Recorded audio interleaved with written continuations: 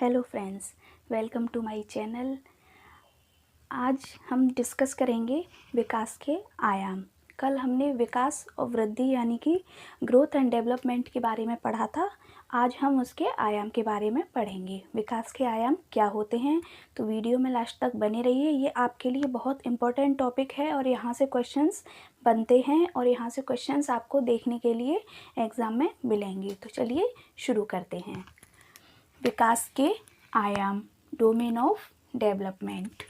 तो विकास बहुआयामी multi dimensional होता है और मल्टी डायरेक्शन में होता है। यानी कि जो विकास होता है वो मल्टी डायरेक्शन में होता है, बहुआयामी होता है, बहुत सी दिशाओं में होता है।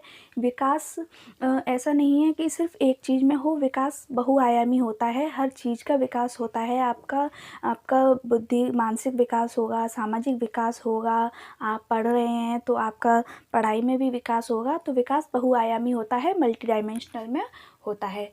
तो इसमें है फर्स्ट शारीरिक विकास, फिजिकल डेवलपमेंट, और गत्यात्मक विकास, मोटर डेवलपमेंट। तो शारीरिक विकास और गत्यात्मक विकास क्या होता है हम देखते हैं। शारीरिक विकास जो शरीर में होता है उसे शारीरिक विकास कहेंगे, और गत्यात्मक विकास जो होता है यह एक तरह से बच्चे के शारीरिक विकास से की तरह होता है, और यह मसल्स, हड्डियों की क्षमता और उन पर कंट्रोल करने से संबंधित होता है।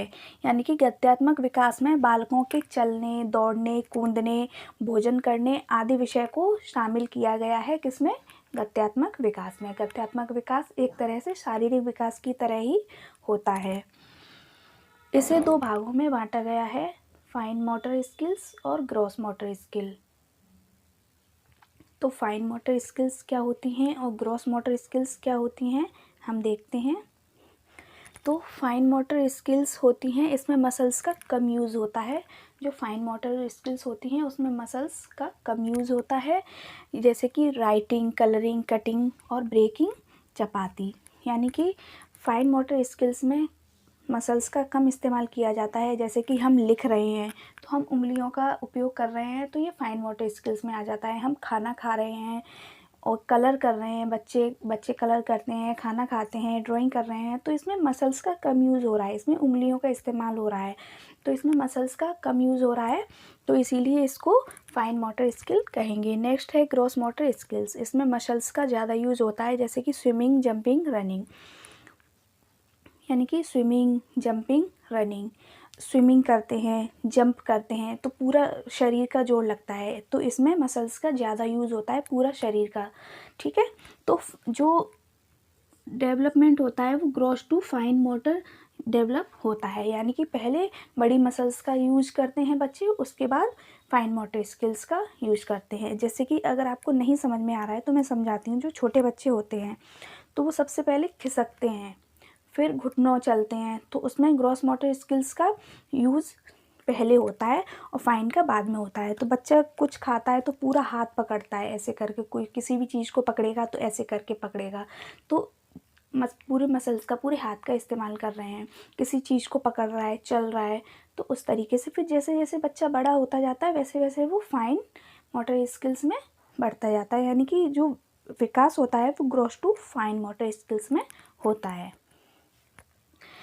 नोट, अब मैं आपके लिए कुछ मोस्ट इम्पॉर्टेंट टॉपिक्स बता रही हूँ जो डायरेक्टली आपको एग्ज़ाम में देखने के लिए मिलेंगे और ऑप्शंस में आते हैं, तो इनको आप नोट डाउन कर सकते हैं। वेरी वेरी इंपॉर्टेंट टॉपिक्स हैं ये। जैसे कि विकास के सभी आयाम एक दूसरे पर निर्भर होते हैं। विकास के जो आयाम होते हैं वो सभी एक दूसरे पर निर्भर होते हैं, एक दूसरे को प्रभावित करते हैं। विकास का संबंध क्रियात्मक पक्ष से है। विकास में संवर्धन, प्रमोशन व ह्रास यानी कि लॉस दोनों सम्मिलित हैं। विकास में प्रमोशन भी होता है, लॉस भी होता है। जैसे हम कुछ सीख रहे हैं और तो फिर हमें उसमें हानि भी होती है, उसका लाभ भी होता है, तो ये विकास में आता है। विकास अनुभव पर आधारित है, विकास चक्रीय होता है, परिवर्तनीय है, और विकास जीवन भर चलता रहता है। यानी कि आप जितना सीखेंगे उतना ही आपका विकास होगा।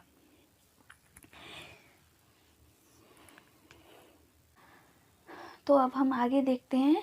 नेक्स्ट है आपका मानसिक विकास या फिर संज्ञानात्मक विकास, मेंटल कॉग्निटिव डेवलपमेंट।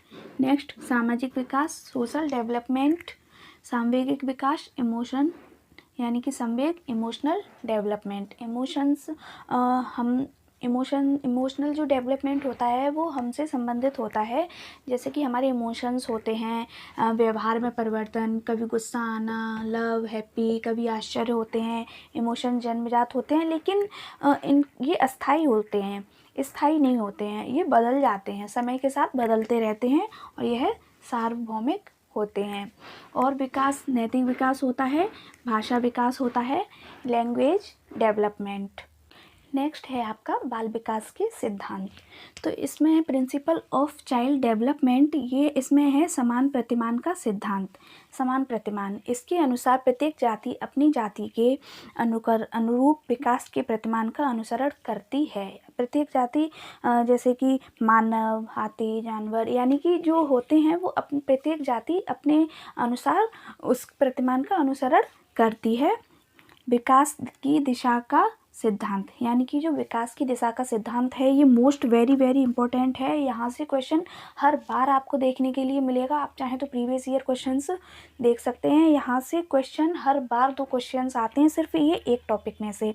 विकास की दिशा सिर से पैर की तरफ चलती है, यानी कि विकास की दिशा सिर से पैर की तरफ चलती है। जब हमारी विकास की दिशा सिर से पैर की तरफ होती है तो इसे मस्काधोमुखी यानी कि सेफालोकॉडल कहते हैं। मस्काधोमुखी यानी कि सिर से पैर तक जो दिशा चलती है उसे मस्काधोमुखी कहते हैं। ये मोस्ट इम्पॉर्टेंट है, इसको आप याद कर लीजिए, लिख लीजिए, कुछ भी करिए, लेकिन ये क्वेश्चंस पेपर में आता ही आता है। नेक्स्ट है, जब दूसरी तरफ हमारे विकास का क्रम मध्य से शुरू होकर बाहर की तरफ होता है तो यह समीप दूराभिमुख यानी कि प्रॉक्सिमोडिलस मॉडिस्टल कहलाता है।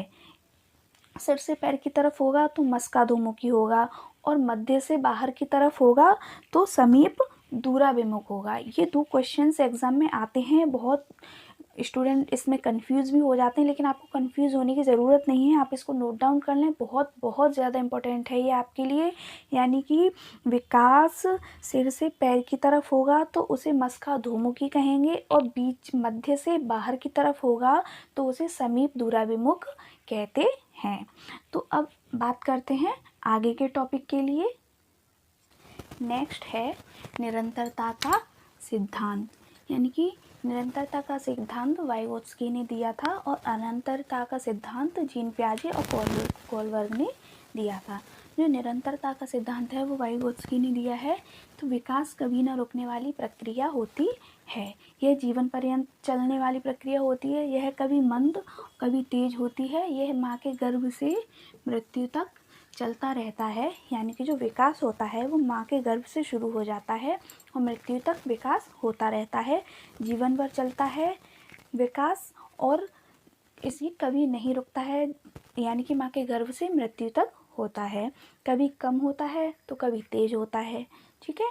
नेक्स्ट है सामान्य से विशिष्ट क्रियाओं का सिद्धांत। तो सामान्य से विशिष्ट क्रियाओं का सिद्धांत क्या होता है कि हमारा विकास सदैव सामान्य से विशिष्ट क्रियाओं की ओर होता है, ना कि विशिष्ट से सामान्य की ओर।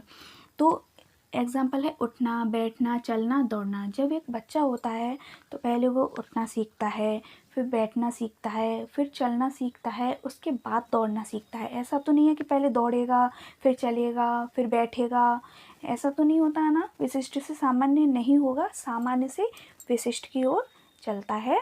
तो पहले बच्चा उठना सीखेगा, फिर बैठना सीखेगा, फिर चलना सीखेगा, उसके बाद वो दौड़ना सीखेगा।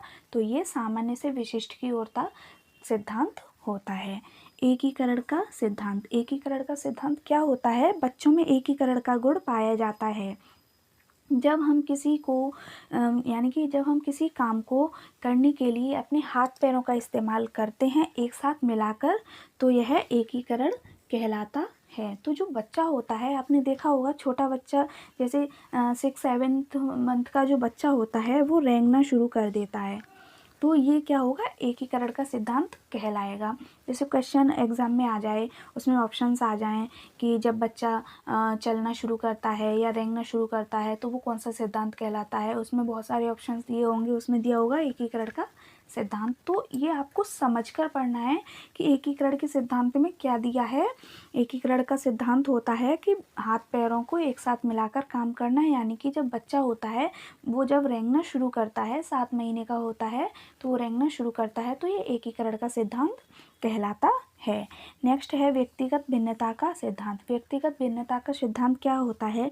बच्चों का विकास व्यक्तिगत भिन्नता के अनुसार होता है। किसी विकास की गति तेज होती है तो किसी में विकास की गति कम होती है। आपने देखा होगा जैसे दो बच्चे घर में होते हैं तो कोई जल्दी चलना सीख लेता है, कोई देर में सीखता है, या फिर जिस तरह का इन्वायरमेंट बच्चे को मिलता है उस हिसाब से उसका विकास होता है। आपने देखा होगा जिसको अच्छी अच्छी सुविधाएं मिलती हैं तो यानी कि जो इन्वायरमेंट होता है बच्चों का विकास में व्यक्तिगत भिन्नता इंडिविजुअल डिफरेंसेस जो होते हैं वो हेरिडिटी और इन्वायरमेंट के पारस्परिक पर डिपेंड होते हैं। यानी कि जो इन्वायरमेंट होता है, हेरिडिटी होती है जो उसे अपने माता पिता से मिलती है बच्चे को, उसके अनुसार, और जो उसका इन्वायरमेंट होता है उसके अनुसार उसका विकास होता है।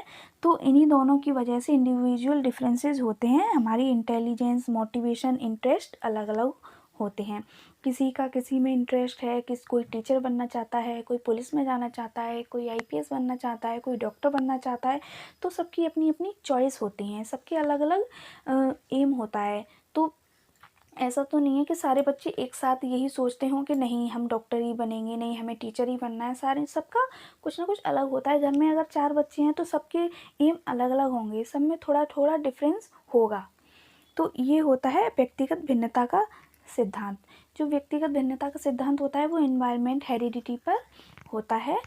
तो आपने देखा होगा जैसे आपने बहुत सारे देखे होंगे, कोई गरीब बच्चा होता है उसको इस तरह का इन्वायरमेंट नहीं मिल पाता, लेकिन फिर भी बच्चे का जो इंटरेस्ट होता है वो पढ़ाई में होता है तो वो कुछ कर दिखाता है। तो इसी तरह से व्यक्तिगत भिन्नताओं का सिद्धांत होता है। यानी व्यक्तिगत भिन्नताओं का सिद्धांत इन्वायरमेंट और हेरिडिटी के अनुसार होता है। अगर बच्चे को अच्छा इन्वायरमेंट मिलेगा तो वो और अच्छा करने की सोचेगा और अच्छा कर सकेगा। सबका इंटरेस्ट अलग अलग होता है, सबका एम अलग अलग होता है। तो ये व्यक्तिगत भिन्नता का सिद्धांत होता है। तो आपको ये सारे सिद्धांत बताए हैं वो आपको देखने हैं, समझने हैं, उनको रटना नहीं है। सोच समझकर क्वेश्चन का आंसर आपको देना है। समझ पर आधारित क्वेश्चंस आएंगे। ऐसा नहीं है कि आपने रट लिया और आंसर लगा दिया तो गलत भी हो सकता है। आपको समझना है, आपको सोच समझकर आंसर देना है। ठीक है, मिलते हैं नेक्स्ट वीडियो में।